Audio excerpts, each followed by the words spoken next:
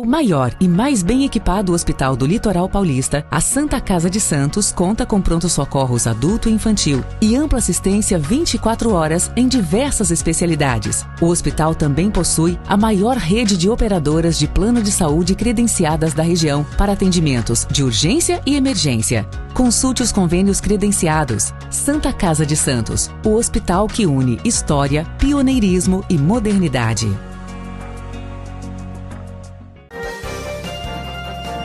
Começa agora Jornal em Foque.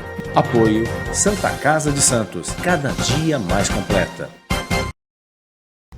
Olá, seja bem-vindo, seja bem-vinda. Muito obrigado pela sua presença, muito obrigado pela sua audiência. Estamos iniciando mais um Jornal em Foque no ar há mais de 4 anos, trazendo conteúdo de qualidade para você que nos acompanha pelas nossas redes sociais. É importante você se inscrever em nosso canal, os mais de nossos 8 mil inscritos no nosso canal. Seja mais um também para você acompanhar entrevistas com personalidades, autoridades, enfim, conteúdo de qualidade, onde o jornalismo é uma marca registrada do Grupo Enfoque de Comunicação, há quase 40 anos atuando aqui na Baixada Santista. E hoje vamos falar um tema fundamental que muitas pessoas às vezes não se atentam, mas é importante. E temos uma convidada mais que especial, direto dos Estados Unidos, exatamente, direto de Baltimore, Maryland, nos Estados Unidos, a médica epidemiologista, formada aqui em Santos, na Faculdade de Ciências Médicas de Santos, com mestrado simplesmente na Johns Hopkins School de Saúde Pública, onde também é pesquisadora assistente e também é integrante da Organização Pan-Americana de Saúde. Ela é muito jovem, mas já tem um currículo aí fantástico, acabou de defender o mestrado dela. Doutora Evelyn Lepka de Lima, seja bem-vindo, muito obrigado pela sua presença. Bom dia, muito obrigada, é um prazer estar aqui, é um prazer conversar com Santos, essa cidade que eu tenho uma paixão, tenho um carinho imenso, estou muito feliz de estar aqui hoje, vamos construir tudo isso juntos. Muito bem, doutora, obrigado mesmo pela sua presença, gentilmente atendeu a gente aí, né, acabou de defender o seu mestrado, né, na Faculdade de Ciências Médicas, desculpe, na Johns Hopkins School, a senhora se formou aqui na Faculdade de Ciências Médicas de Santos, né, para ter uma noção, Johns Hopkins foi o grande centro de referência no mundo sobre doenças, obviamente, doenças na área de saúde pública e talvez ficou mais conhecido com a questão da Covid, né, doutora? Que aí ganhou uma dimensão que a quem não conhecia, né, o trabalho acabou ganhando uma dimensão nesse sentido, só para as pessoas terem uma noção. É isso, né? A Johns Hopkins, pela relevância e importância, não é isso? É o maior centro do mundo, né, nessa área de saúde pública.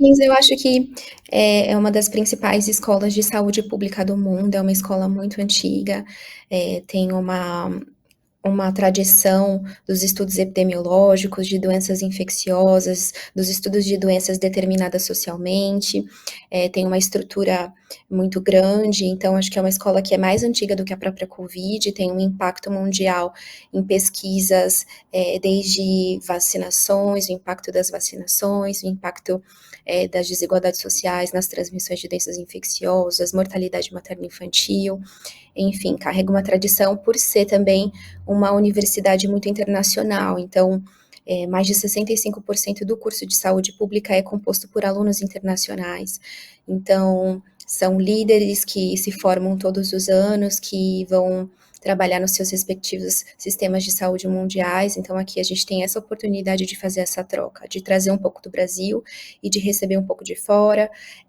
de ganhar habilidades, né, técnicas para poder desenvolver estudos, para poder interpretá-los, para poder ser um pouquinho mais habilidoso na criação das próprias políticas públicas. Tudo isso eu acho que é uma construção, né, de anos de carreira, mas eu acho que é o peso que a escola traz nesse sentido, uma tradição muito importante na área.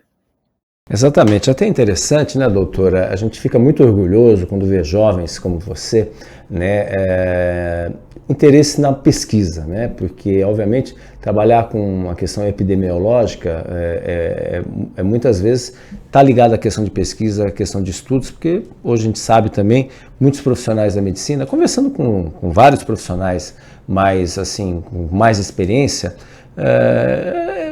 é negócio, né? Para muitos é negócio, né? Que aí vão para áreas que dão mais recursos, mais possibilidade. E você, parabéns aí, entrou num segmento que são poucos profissionais, efetivamente, né, que se interessam por esse tipo de assunto, né, saúde pública, que é tão fundamental. A gente tem o exemplo do próprio SUS, com todas as críticas que possam existir. Já entrevistamos várias vezes o Dr. Gonzalo Vecina Neto, também aqui participando com a gente. O doutor também, Fábio Mesquita, que eu sei que só tem um carinho especial também pelo doutor Fábio Mesquita, Marcos Caseiro também, enfim, só para citar alguns nomes que já passaram pelos microfones aqui do Jornal em Foque. E, obviamente, o que levou a senhora, né, a entrar, a gostar de uma área que, volto a dizer, não é uma área tão comum. Certamente nos seus colegas na faculdade, aqui nas Ciências Médicas aqui de Santos, certamente foram para outras áreas, mas essa área de epidemiologia, que ganhou, obviamente, né, muitos talvez perguntam, mas o que faz, né, além do cinema, né, porque às vezes as pessoas associam muitas vezes alguma coisa, quando tem um contágio, esses filmes mais assim, né, nesse sentido, aí que lembram do profissional epidemiologista. Mas, efetivamente, qual é a sua trajetória, até para as pessoas conhecerem quem é a doutora Evelyn Lepka de Lima, pesquisadora também, que está fazendo um trabalho fantástico e fazendo a diferença. E o orgulho nosso, aqui do Brasil, aí nos Estados Unidos. Muito obrigada. Eu acho que é um ofício, então talvez a gente tenha que entender para onde a gente direciona o nosso olhar, e talvez para onde a gente possa direcionar o nosso talento. Isso é um pouco moldado pelas nossas experiências de vida. Então, eu vim de uma comunidade periférica, eu vim de uma classe social, né, desfavorecida, tive uma infância e juventude vivendo numa periferia de São Paulo, mais especificamente em Diadema, uma cidade muito violenta. Estudei em escolas públicas a vida inteira, tive muitos problemas sociais emergindo a minha rotina, a minha família, os meus amigos, a minha rotina na escola. Isso, de certa forma, molda o seu olhar de vida pela sua própria experiência, pelo que você vive. Então, uma vez quando eu decidi fazer medicina, e consegui, através de uma bolsa de inclusão social, que foi o ProUni, eu ter feito a faculdade de medicina, eu acredito que o meu próprio olhar sobre o adoecimento era um pouco diferente. Isso não quer dizer que ele seja melhor ou pior do que o olhar de outras pessoas, é só o que a gente às vezes consegue perceber com mais facilidade, e os determinantes sociais de saúde que eu conseguia reconhecer, eles eram muito próximos a mim. Eu tenho um exemplo pessoal muito fácil, rápido de dizer, é que eu tive uma avó, a mãe da minha mãe, a senhora Matrona Lepka, ela morreu com 53 anos por conta de um AVC, um acidente vascular cerebral hemorrágico. A minha avó, ela era cobradora de ônibus, e na época a gente tinha um arsenal medicamentoso muito limitado para o controle de pressão arterial. Mas ela trabalhava como cobradora, e como cobradora, ela deveria utilizar diuréticos, que são medicamentos que induzem você a fazer mais xixi, eliminar mais urina para controlar a pressão arterial. E ela não conseguia fazer uso dessas medicações porque ela trabalhava como cobradora. Então, quando a minha avó teve um AVC, eu digo, quem matou a minha avó não foi o próprio hipertensão arterial, foi de certa forma, mas foi a pobreza. Então, assim, existem coisas que você conhece o diagnóstico, você sabe o medicamento, mas você não consegue tratar, porque existem coisas que vão além.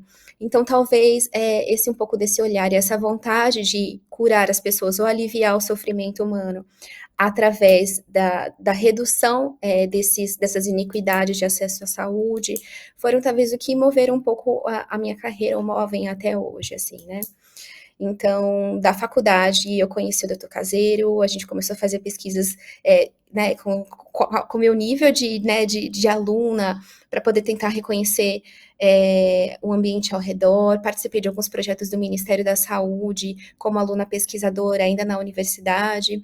Fui fazer uma residência de infectologia, que eu acho que talvez seja uma das especialidades que mais façam intersecção com a saúde pública, e acabei engrenando no mestrado, consegui uma bolsa integral para fazer esse mestrado aqui, e aqui estou nesse começo de carreira, né, muito feliz, muito empolgada, mas eu acho que tudo isso vem de uma construção de uma experiência de vida, e de mentores e de pessoas que estiveram próximos a você. Então, eu acho que é mais ou menos isso.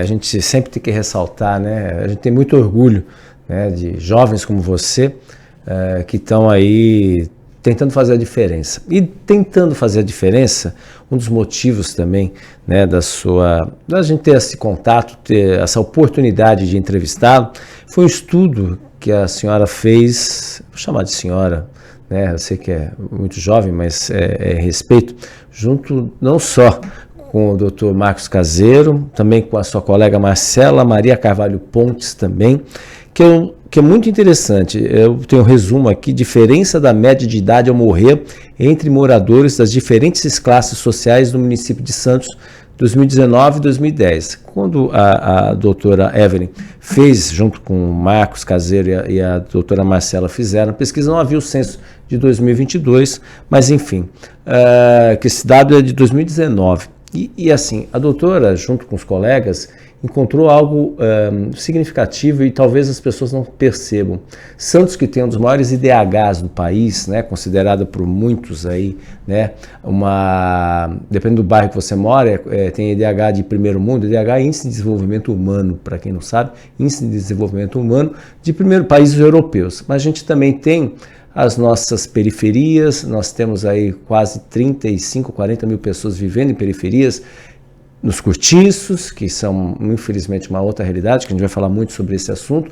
Temos também nas palafitas, no Dique das Vila Gilda, no Morros, Caminho São Manuel, enfim, uma série de realidades. E a diferença de idade nesse levantamento que a doutora fez, ainda estudante na época, é que entre o morador que mora, por exemplo, em bairros da Orla, e um morador que mora, por exemplo, em um bairro como o Dique da Vila Gilda, ou um exemplo, ou na periferia, chega a 25 anos. É isso mesmo, doutora? 25 anos a diferença de idade, que nem a senhora falou da sua avó, que faleceu aos 53 anos, muito jovem, né? Isso é o retrato, né? O que você identificou, né? Isso foi mais ou menos a média de idade, 53 anos, dos bairros mais pobres, mais abastados da cidade de Santos. E na época eu tinha quase 25 anos, quando a gente fez essa pesquisa, e eu lembro que foi muito impactante achar o que eu tinha de vida, o que eu tinha vivido até ali, que poderia ser a diferença de você, da média de idade ao morrer, entre pessoas que viviam dentro do mesmo município. Isso foi de fato assustador. E isso foi muito baseado e espelhado também numa pesquisa feita na cidade de São Paulo, chamada O Mapa da Desigualdade, que dentre tantas as outras aspectos avaliados, um deles também foi média de idade ao morrer, encontrados números muito semelhantes. Então, mostrando que as discrepâncias sociais, como elas podem impactar as realidades em saúde. Mas aí a gente pode continuar comentando sobre isso, vamos entrar um pouco mais a fundo aí sobre esses achados. Até gostaria de saber, né, a questão disso daí, né? Essa questão da mesma cidade, todos têm, em tese, o mesmo direito, todos em tese o mesmo direito, porque é a questão geográfica, e esse censo agora, não sei se só teve depois a oportunidade de dar uma olhada no censo, né? Ele descreve mais, ele coloca o que são favelas ou comunidades, né? Ele tem alguns dados que mostram aqui, ó, por exemplo, o Dique da Vila Gilda, doutora, existem lá, segundo o censo, não sei se só consegue ver, 7.353 pessoas residindo. Isso tem uma relação direta com, por exemplo, a população, a raça tem uma relação direta com relação a isso daí. Felipe, se puder subir um pouquinho assim, a gente consegue também ver, se for possível. E tem também a questão da faixa etária. Tem um dado ali embaixo, não sei se é possível, ali, ó, 45,3 pessoas com mais de 60 anos para cada 100 indivíduos com menos de 14 anos. Essa é a média no Dique da Vila Gilda, 45,3 de faixa etária. Você vai para um bairro, por exemplo, como Boqueirão, onde a senhora estudou aqui, onde tem a Faculdade de Ciências Médicas, aí é outra realidade, né? O Boqueirão, por exemplo, a maior faixa etária está acima de 70 anos. Quase 20% da população do Boqueirão tem mais de 70 anos. Então isso mostra uma discrepância assim e corrobora o que só está comentando, né? Isso que chama muita atenção, né? por causa dessa realidade. Essa realidade, é claro que a gente precisaria aprofundar melhor, tá? Eu estou pegando esses dados do IBGE só para ilustrar para os nossos internautas, telespectadores e ouvintes também, para mostrar essa diferença. Eu falo Boqueirão, mas se eu falar na Pompeia é a mesma coisa. Você tem aí algo em torno de 18, 19% da população já acima de 60, 70 anos, principalmente, ou seja, um tempo de vida maior do que a média, por exemplo, do DIC da Vila Gilda, que agora está passando um processo aí de construção de 60 moradias, né, no DIC da Vila Gilda, mas a gente sabe que é um dos piores lugares, é IDH de terceiro mundo, infelizmente. O envelhecimento, ele é uma marca do que um indivíduo ele experiencia durante toda a vida. Então, desde o que ele come, as doenças que ele tem na infância, as marcas da violência, os riscos de adoecimento durante toda uma vida, as condições de trabalho que ele é exposto, as condições de violência. Então, quando a gente fala de classe social, foi o termo que a gente até quis com muita vontade de utilizar, porque não eram só bairros. Os bairros, eles são representações geográficas das classes sociais, eles são muito mais do que divisões geográficas dentro de uma cidade. Então, foi isso que a gente quis dizer quando a gente elencou assim, vamos destacar classe social nesse sentido, porque vai muito além do seu CEP. E nesse sentido, o CEP está determinando que eu vou viver mais ou menos do que outra pessoa, porque talvez aqui eu tenha um risco de adoecer maior, eu me alimente melhor, eu sou exposto a condições de vida, condições de violência muito diferentes.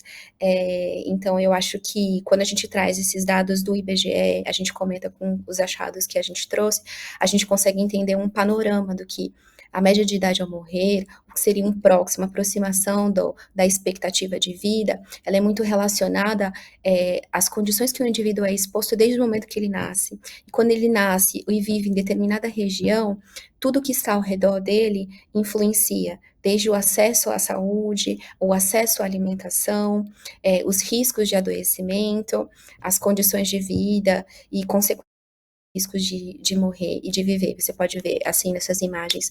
É muito difícil que você espere que uma pessoa que viva sob essas condições consiga ter de fato as mesmas oportunidades de vida, de adoecimento, de envelhecimento, de felicidade de uma pessoa que vive ali na orla da cidade de Santos. Fundamental esse estudo, não sei se na ocasião teve uma repercussão aí na mídia, alguma coisa assim, mas é fundamental esse levantamento, essa questão que mostra que às vezes as pessoas acham que a gente vive né, tudo bem, uma cidade fantástica, que tem uma cidade que tem um orçamento bilionário, né, mais de 5,3 bilhões só esse ano, né, a gente tem outras perspectivas, mas mostra muito bem, e aí eu retomo, doutora, durante a pandemia, muito se falava, né, a questão e aí a gente entra também o trabalho da CUFA, que teve um trabalho fundamental de apoio, de ajuda também da Central Única das Favelas, mas assim, escolas fechadas, as famílias muitas vezes não tinham nem o que comer direito, né, durante a pandemia, né, ou quando conseguiam cesta básica, é cesta básica mesmo, né, que nutrientes, obviamente, não estavam presentes, ou de má qualidade, não tinham acesso a frutas, muitas vezes a carne, coisa que as classes mais abastadas, obviamente, tiveram acesso. E o que isso na prática, doutora, pode impactar nessas crianças, né, a má alimentação, né, ou comer, obviamente, produtos com altíssima gordura, produtos adicionados, que não têm acesso muitas vezes a produtos que tenha outra característica, né, muitas vezes que tenham alternativas nesse sentido, e obviamente isso impacta, né, isso é possível identificar claramente, não, doutora?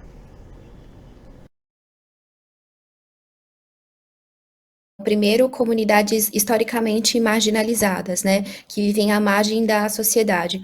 Então, mesmo que Santos tenha um IDH, um índice de desenvolvimento humano a gente está esquecendo de algumas populações. Então, quando a gente esquece, inclusive, dos dados, é como se a gente anulasse a existência dessas pessoas. Então, é importante que a gente continue a escrever, falar e estudar sobre isso para a gente não anular a vida de nenhum ser humano, incluindo e principalmente esses que passam por esses processos. Com relação à infância, que o senhor citou, uma das causas da gente ver a redução da média de idade ao morrer é o aumento de mortalidade infantil.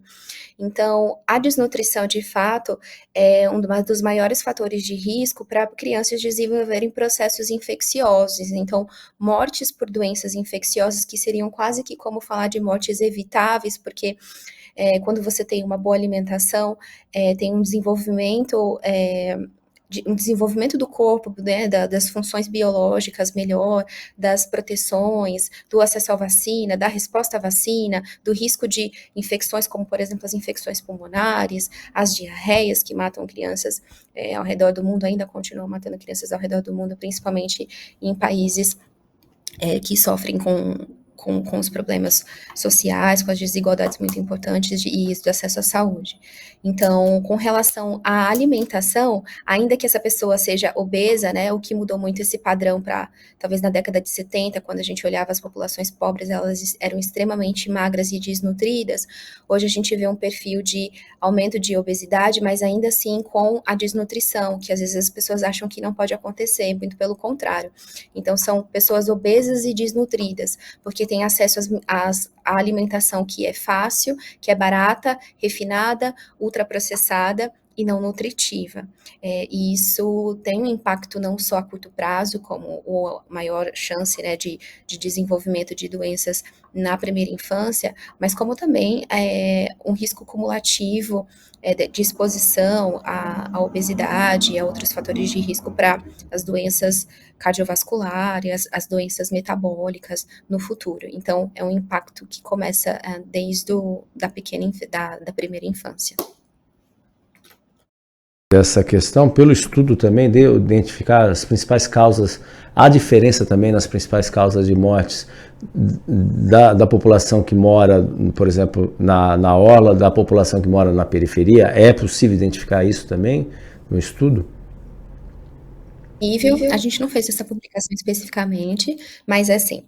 Então, quando a gente fala de médias de idade ao morrer mais altas, principalmente acima dos 70 anos, a gente fala de doenças crônico-degenerativas, que são específicas do processo de envelhecimento, incluindo câncer, por exemplo. Então, se você tem a chance de chegar até os seus 70 anos, as doenças que você vai estar expostas com risco de adoecer, ou inclusive de morrer com essa idade, ela é diferente.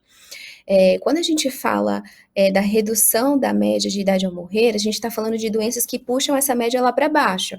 Então, desde mortes por causas violentas, por exemplo, as pessoas jovens, homicídios, acidentes, né, pessoas que trabalham com trabalho informal, por exemplo, os motoboys sofrem acidente de trânsito, a criminalidade, que matam jovens negros periféricos todos os dias no Brasil, mortes com a mortalidade infantil, muito relacionada com acesso aos serviços de saúde, com mortes evitáveis, doenças infecciosas. Então, a gente tem um padrão que muda desses bairros e o padrão que muda de acordo com a média de idade ou da expectativa de vida.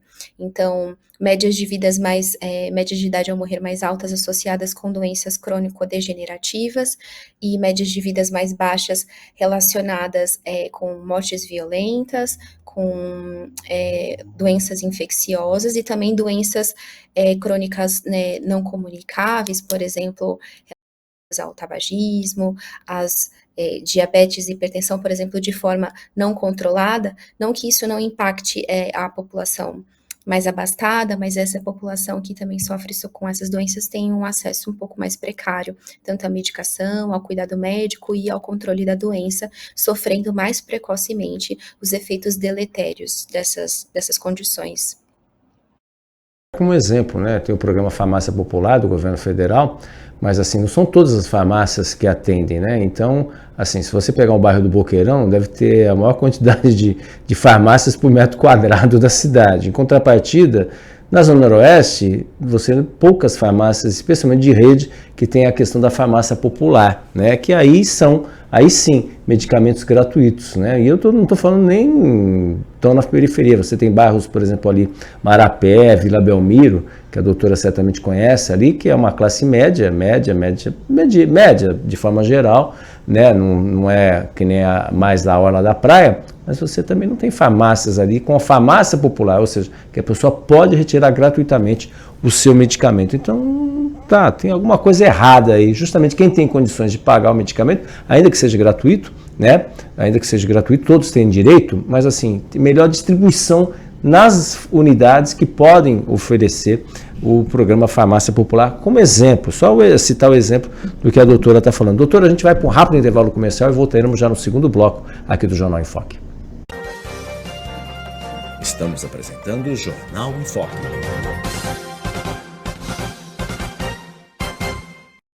O maior e mais bem equipado hospital do Litoral Paulista, a Santa Casa de Santos, conta com pronto-socorros adulto e infantil e ampla assistência 24 horas em diversas especialidades. O hospital também possui a maior rede de operadoras de plano de saúde credenciadas da região para atendimentos de urgência e emergência. Consulte os convênios credenciados. Santa Casa de Santos, o hospital que une história, pioneirismo e modernidade.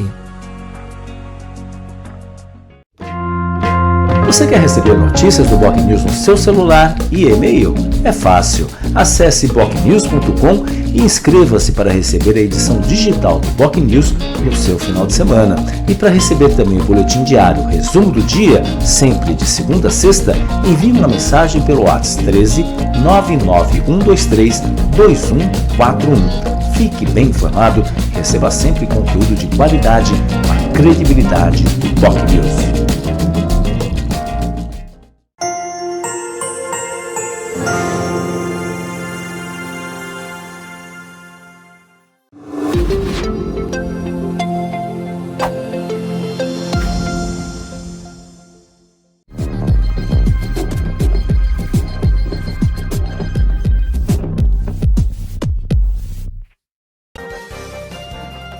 Voltamos a apresentar Jornal em Foque.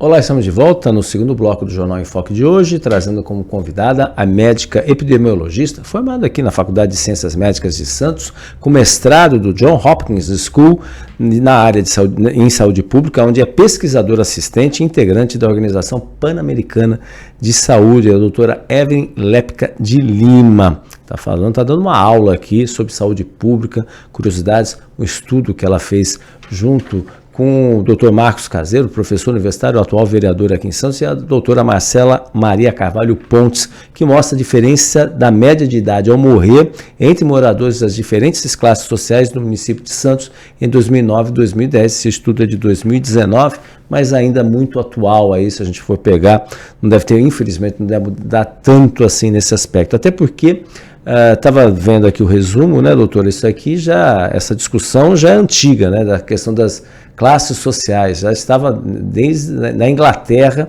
no século XVIII, né, acho que é isso, no século XVIII, na Inglaterra, aí com o estudo Engels, né, registrou as precárias condições de vida nos bairros operários de Manchester, que virou o estudo da situação da classe trabalhadora na Inglaterra, onde a expectativa de vida entre as classes mais elevadas era de 35 anos, 22 anos entre os negociantes e chegando a apenas 15 anos para os operários.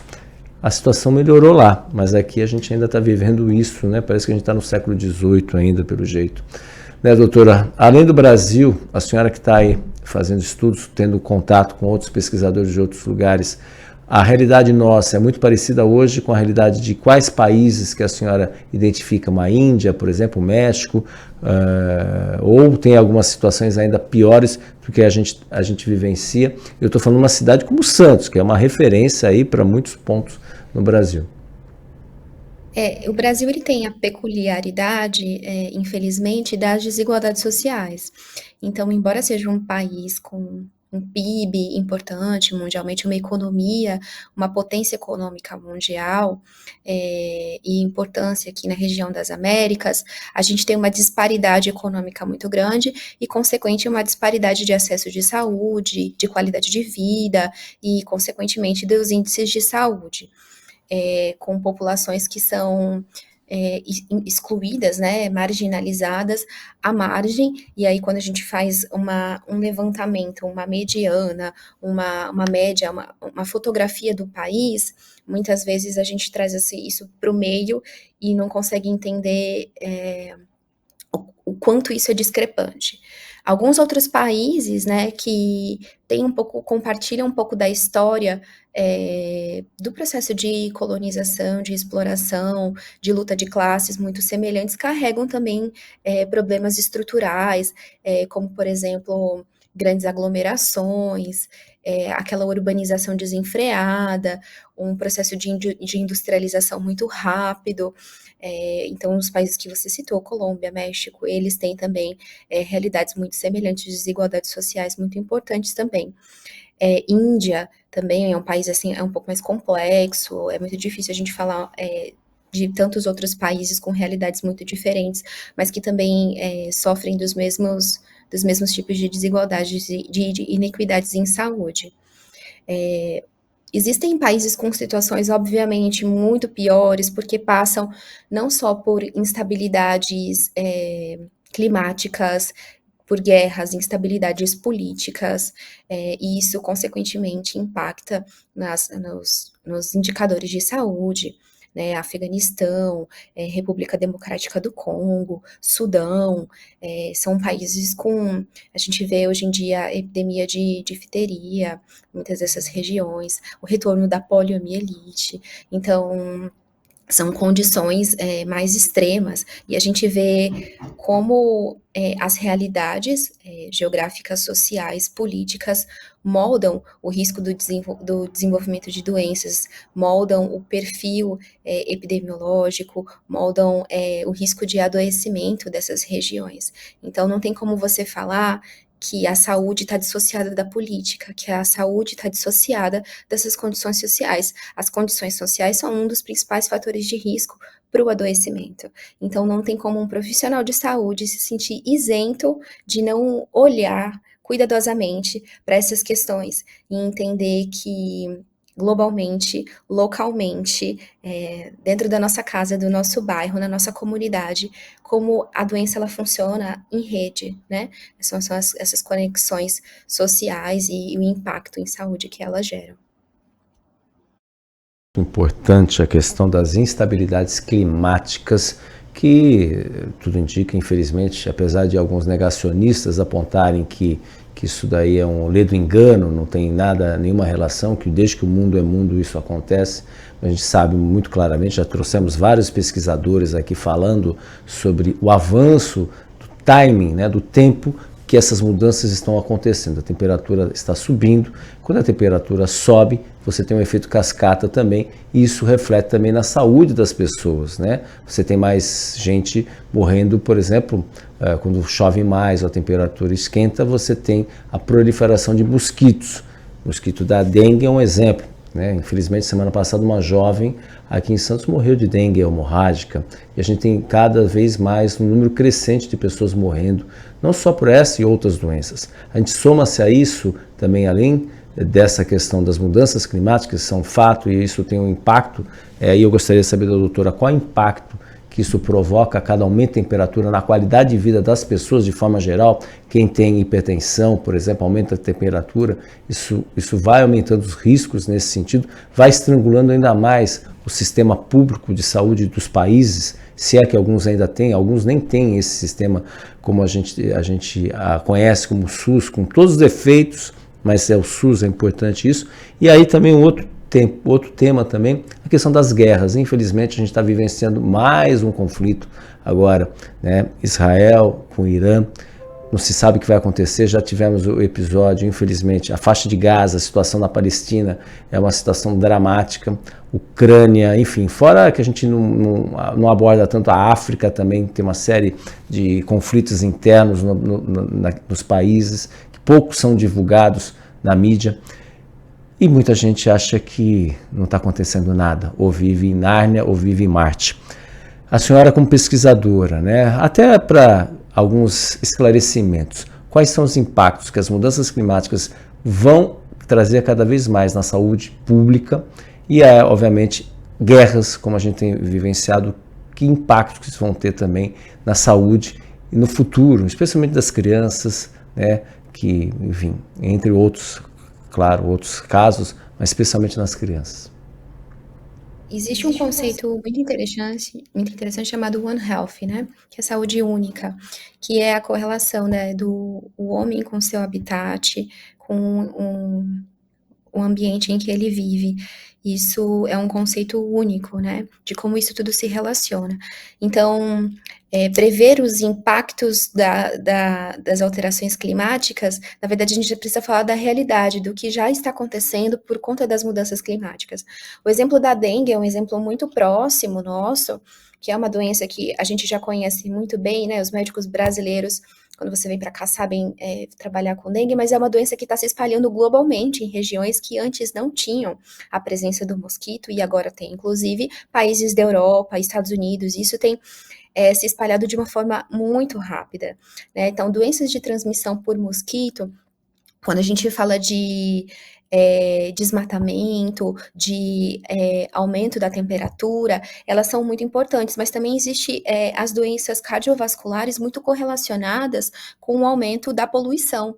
Então, o aumento da poluição eleva o risco de doenças cardiovasculares, incluindo os seus desfechos, seus piores desfechos, como infarto e AVC. Então, não só são as doenças transmitidas por mosquitos, mas também doenças cardiovasculares relacionadas à poluição do ar.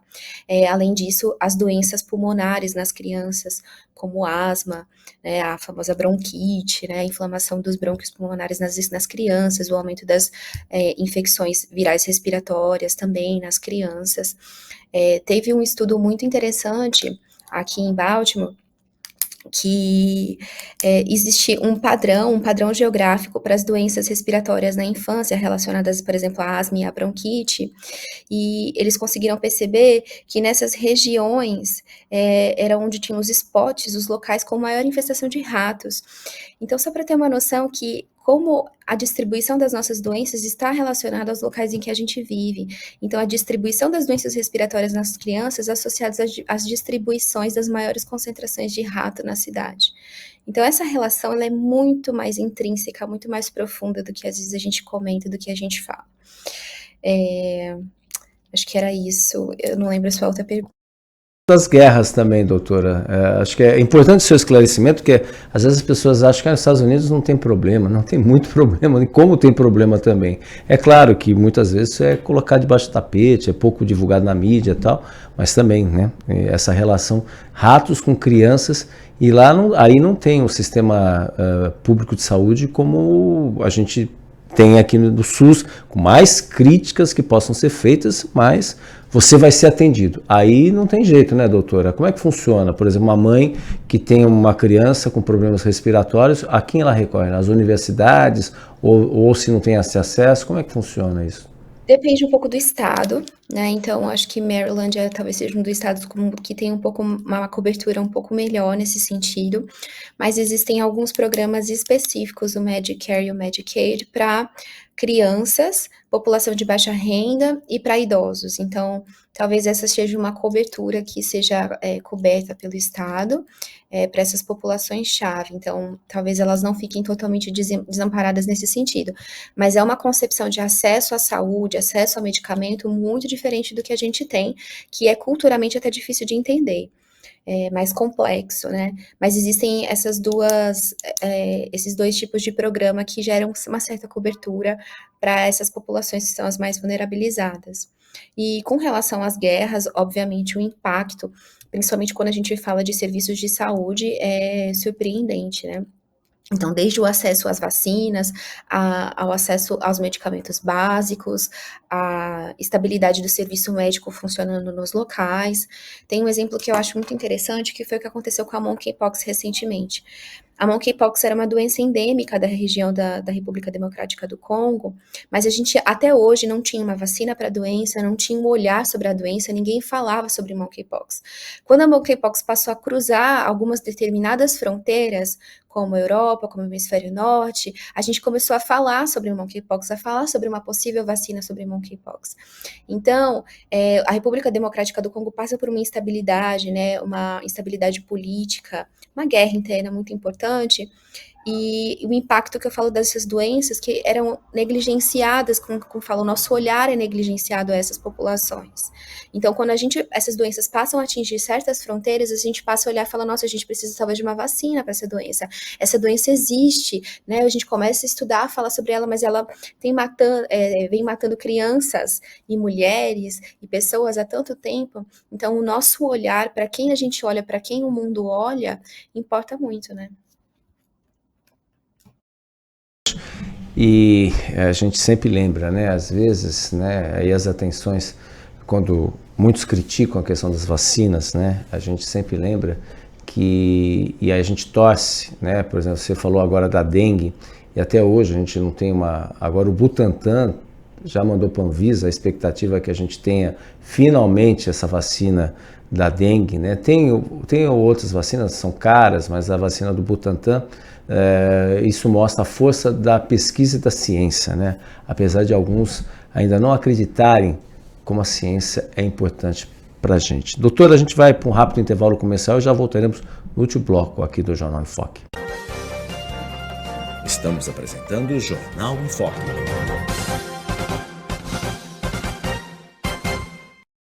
O maior e mais bem equipado hospital do Litoral Paulista, a Santa Casa de Santos, conta com pronto-socorros adulto e infantil e ampla assistência 24 horas em diversas especialidades. O hospital também possui a maior rede de operadoras de plano de saúde credenciadas da região para atendimentos de urgência e emergência.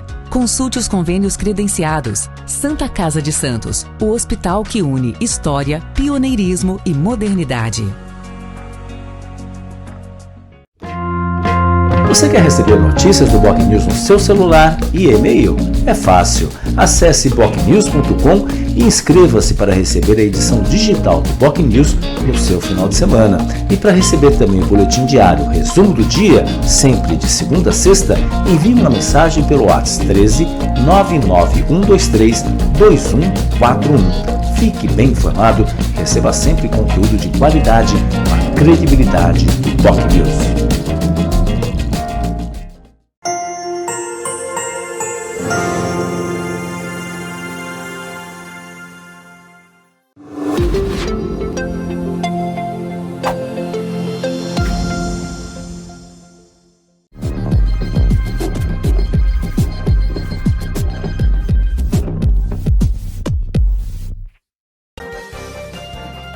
Voltamos a apresentar Jornal em Foque.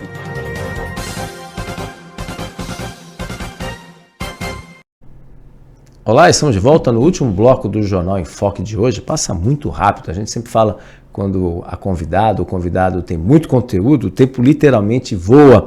A doutora Evelyn Lepka de Lima, falando direto de Baltimore, em Maryland, Baltimore, né? Lá nos Estados Unidos, ela que é pesquisadora, acabou de defender o mestrado da John Hopkins School na área de saúde pública e é pesquisadora assistente também, é integrante da Organização Pan-Americana de Saúde. Até pegando o gancho, doutora, só defendeu agora recentemente o seu mestrado e é sobre tuberculose. E a gente tem, infelizmente, aqui recentemente, o próprio vereador Marcos Caseiro apresentou uma audiência pública, discutiu uma audiência pública, inclusive com a participação de representantes do Ministério da Saúde, fizeram de forma online.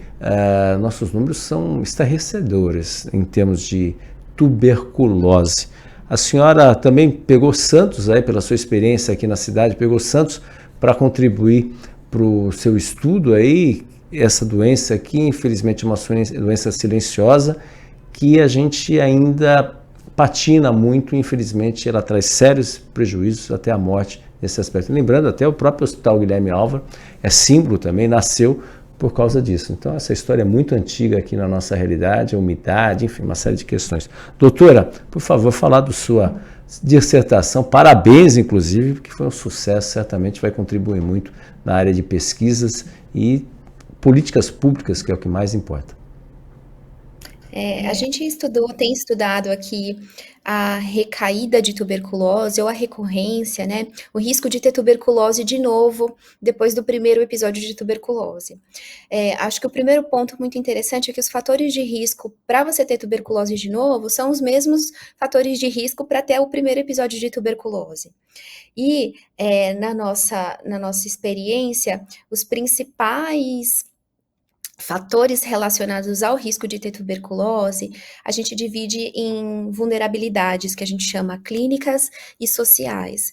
E para nós, os marcadores mais importantes foram as vulnerabilidades sociais, dentre elas a história de encarceramento, populações em situação de rua, e das vulnerabilidades clínicas, as populações que vivem com HIV, as populações que tiveram uma tuberculose grave no primeiro episódio, e em contrapondo à educação como um efeito protetor. Então, quanto maior o nível educacional, menor era a chance de ter tuberculose. Isso não é uma novidade, esses fatores de risco são bem conhecidos, embora sejam negligenciados. E a gente discutia muito pouco sobre o que acontecia com o paciente depois que ele teve a primeira tuberculose, quando ele recebeu um diagnóstico, na verdade não um diagnóstico, mas um desfecho de cura. E a gente sabe que muitos desses pacientes, desses indivíduos, estão expostos sobre as mesmas condições que levaram a eles ficarem doentes no primeiro episódio. E muitos deles são fatores que a gente não modifica dentro de um consultório médico, que são os fatores sociais.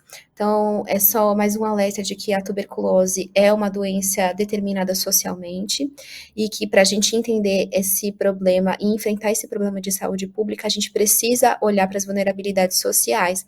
Então, a Baixada Santista tem um dos maiores índices do estado de São Paulo. Santos carrega aí uma incidência 3 vezes maior do que a incidência da taxa nacional, 3 vezes maior do que a taxa do estado de São Paulo.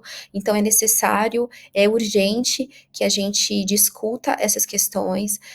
Um outro ponto muito importante para a gente discutir na cidade de Santos e na região da Baixada Santista é a taxa de completude do tratamento, né? A gente tem uma taxa de abandono de tratamento muito importante, entender como a nossa rede, o que está enfraquecido, o que está bom, como a gente não consegue chegar a quem precisa, porque a gente não consegue oferecer o tratamento preventivo para tuberculose, né? Só explicando, o tratamento preventivo é aquele que previne a doença e não trata, mas a gente está falando de pessoas com maior risco de adoecimento, inclusive aquelas que estiveram em contato domiciliares com as pessoas adoecidas. Então, a gente fala de aglomerações, a gente fala das favelas, a gente fala das palafitas, a gente fala das pessoas com péssimas condições de vida, a gente fala das pessoas abandonadas pela sociedade vivendo nas ruas, a gente fala das pessoas que tiveram um histórico de encarceramento, que viveram sob condições humanas degradantes e que saem dessas prisões, voltam para as comunidades adoecidas e transmitem essas doenças nas comunidades.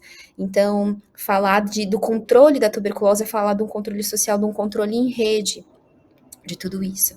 Então, o que a gente traz como fator de risco não é novo. O que a gente traz como novo é dizer que os fatores de risco que deixaram essas pessoas doentes são os mesmos que colocam elas a terem risco da doença de novo. E quem teve tuberculose uma vez na vida tem muito mais chances de ter tuberculose de novo. Tem chance de morrer por outras causas que não tuberculose. Enfrentam problemas pulmonares para o resto de suas vidas.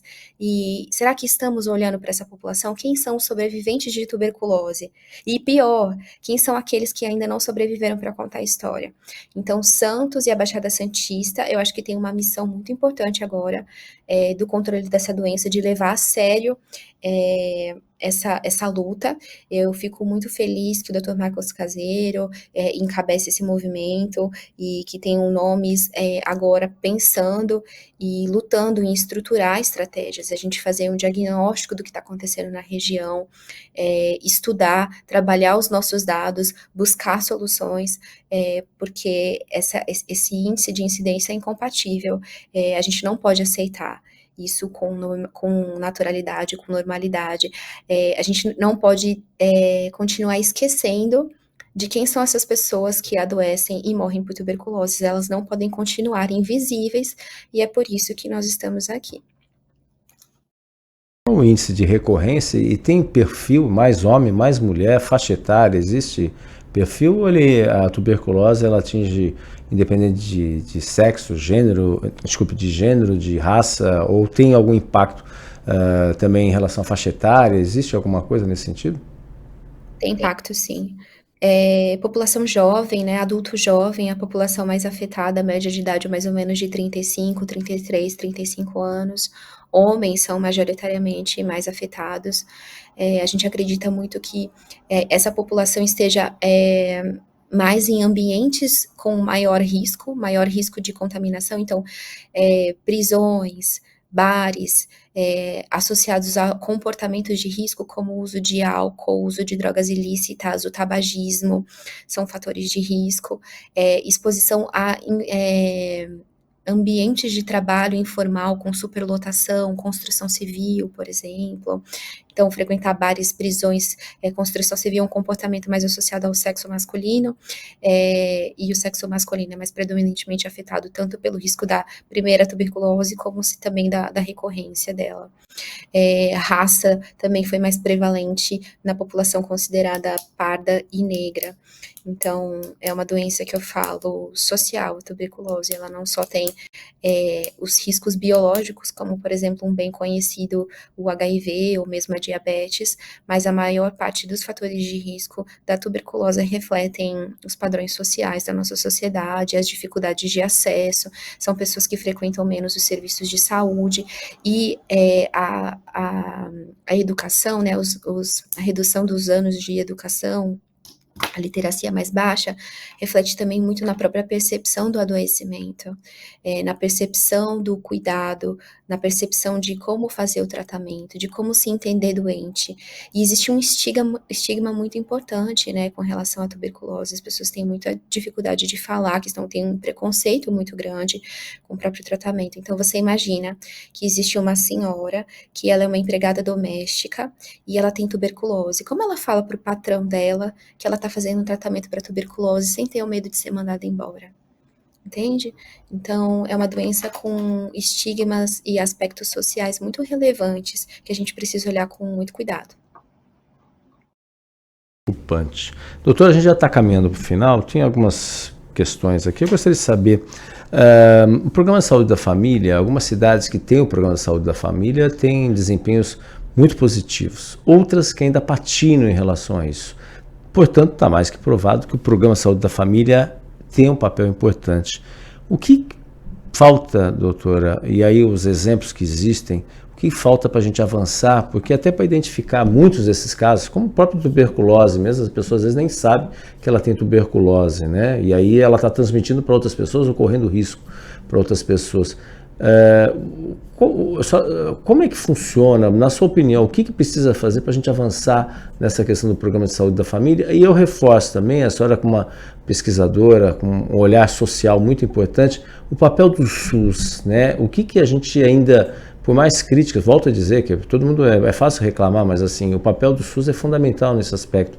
O que falta ainda para a gente ampliar essa questão aí de melhor atendimento, dar mais possibilidades para as pessoas nesse sentido, e comparando com o que existe? A senhora tem essa experiência como também pesquisador de outros países, o que existe em outros países também, mais ou menos no mesmo patamar, com a população que a gente tem de mais de 202 milhões de habitantes também, né? Até para a gente entender e comparar. O programa brasileiro, inclusive de tuberculose, ele é muito elogiado no mundo todo, né? O tratamento de tuberculose ele é feito inteiramente pelo SUS. Existe uma dificuldade de erradicação da tuberculose hoje muito importante, porque faltava muito olhar, inclusive, pesquisas para a própria doença. Criação de novos testes, principalmente para esses testes chegarem às populações que mais precisam, testes com um rendimento melhor, uma facilidade melhor de ser feito, novos medicamentos que estão sendo aprovados, né? Não é fácil tratar um paciente por 6 meses com o risco de efeitos adversos. Então, a gente precisa de e isso é mundial, isso não é só o Brasil, mas de testes melhores, testes mais fáceis, mais acessíveis, a gente precisa de melhores regimes medicamentosos, a gente precisa de mais tecnologia.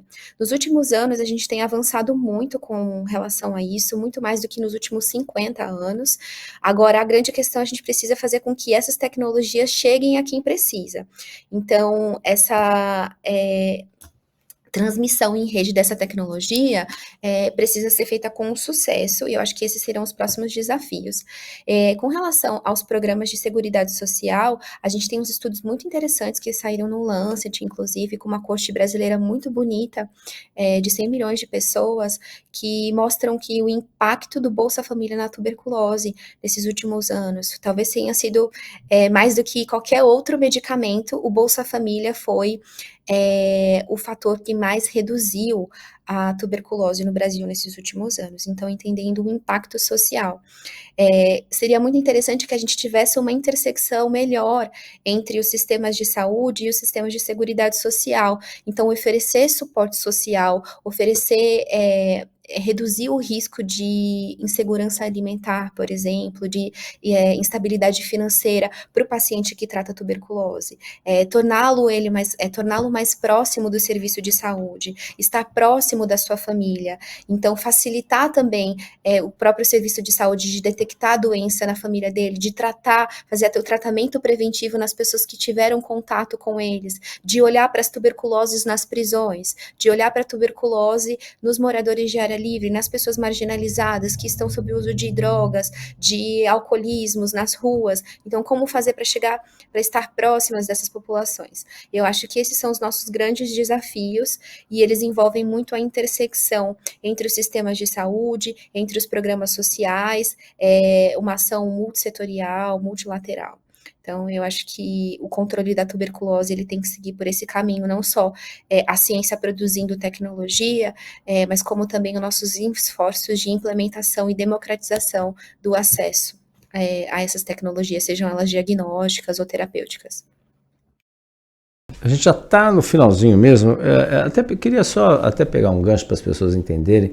A gente, entre as várias entrevistas com o Dr. Gonzalo Vecina Neto, ele é um dos fundadores, o fundador da Anvisa, enfim, e ele sempre fala que a próxima epidemia está ali na esquina, só está nas principais universidades de saúde pública do mundo. Essa é uma preocupação, doutora, a gente com guerras, com desmatamento, tudo, a próxima epidemia, tivemos recente, infelizmente, a epidemia da Covid, tivemos a gripe suína, monkeypox, que só falou, que às vezes estão mais contidas, mas a próxima epidemia, com a globalização que a gente está vivenciando, ela está aqui na esquina mesmo? Só concorda com essa frase? Eu concordo. Eu acho que a gente tem uma instabilidade muito grande, climática, política, a gente tem uma hesitação vacinal nos últimos tempos também, então às vezes não seja a próxima nova doença, esteja ali na esquina e talvez nem seja uma doença tão nova assim. Talvez possa ser, próximas epidemias de doenças já conhecidas, infelizmente, que a gente está perdendo o controle. Então, eu acho que a gente sempre fica muito preocupado, eu acho que a gente bate sempre na tecla, no arroz com feijão, da importância da educação em saúde, de estimular a vacinação na população, de falarmos de saúde com a população, de educarmos, né, educar a nossa sociedade. Mas eu acho que eu concordo plenamente com essa frase, o nosso ritmo de vida, a globalização, a conexão entre os países, as instabilidades alimentares, as guerras, a hesitação vacinal, é um cenário muito complicado, é um cenário que pode gerar epidemias a qualquer momento, e a gente tem que estar aqui, né, preparado para que isso possa acontecer, e fazendo o nosso trabalho de formiguinha, todos os dias. Do cinema, a gente pode transformar a realidade, ou não, né? O que é ficcional mesmo, ainda ficcional, em realidade, né? Que a gente vê tantos filmes, aliás, a gente tem, nessas últimas décadas aí, tantos filmes falando sobre temas de epidemiologia, então de zumbis, então se multiplicam aí para os fãs desse tipo. Mas o que efetivamente é real ou é mero ficcional aí pelo para as pessoas leigas, né, entenderem um pouco aí, só a título de curiosidade, a senhora como médica epidemiologista. Eu acho que eu prefiro falar dos problemas reais, né? Eu acho que a gente já tem bastante problema para se preocupar do que eles existem.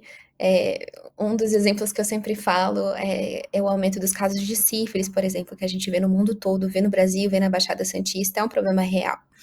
Então, não só a educação na população, mas a necessidade de testagem, a necessidade de tratamento. A gente não precisa ficar falando de zumbis se a gente tem um problema tão mais próximo, tão mais palpável para a gente comentar. Então, a população, acesso à saúde da população jovem, a necessidade de testar e de tratar a população jovem para as doenças sexualmente transmissíveis, a baixa cobertura vacinal, né, o ressurgimento de algumas outras doenças do sarampo, por exemplo. Então, a gente tem problemas reais, mais palpáveis, talvez, do que zumbis, e que a gente precisa continuar falando sobre. Eu sei que talvez seja até meio chato, mas a gente não pode deixar de comentar desses problemas reais. Infelizmente, aqui em Santos, a gente tem um índice assim absurdo de casos, né, de jovens, meninas, né, proporcionalmente, que são vítimas, principalmente as mulheres, de sífilis. É uma doença que traz sérios problemas não só para as mulheres, mas também caso estejam grávidas, enfim, um problema muito sério que ainda a gente patina nesse assunto, e Santos, infelizmente, tem índices preocupantes, especialmente na região ali do Mercado, naquela área da Vila Nova ali, naquela, não sei, Paquetá, são as áreas dos cortiços.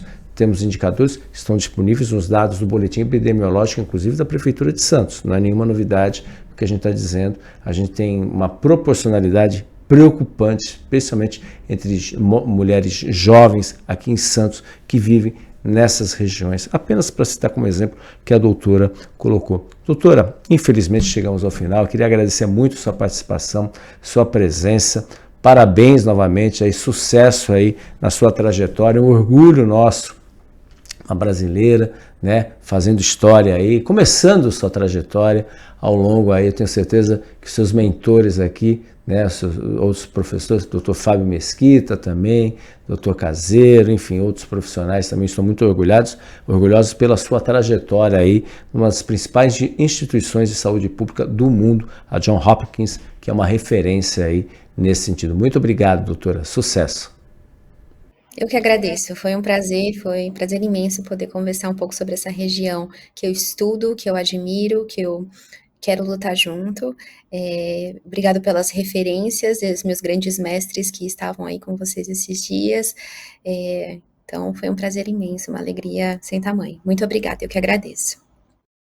Obrigado, doutora Evelyn Lepka de Lima, médica epidemiologista, formada aqui em Santos, na Faculdade de Ciências Médicas de Santos, com mestrado, acabou de defender o mestrado na Johns Hopkins School de Saúde Pública, onde é pesquisadora assistente e integrante da Organização Pan-Americana de Saúde. Falou muito sobre o estudo diferença da média de idade ao morrer entre moradores das diferentes classes sociais do município de Santos, período 2009 e 2010, 25 anos de diferença entre quem mora na periferia e quem mora nos bairros da Orla. Só para a gente ter uma ideia, vale a pena você conferir esse programa.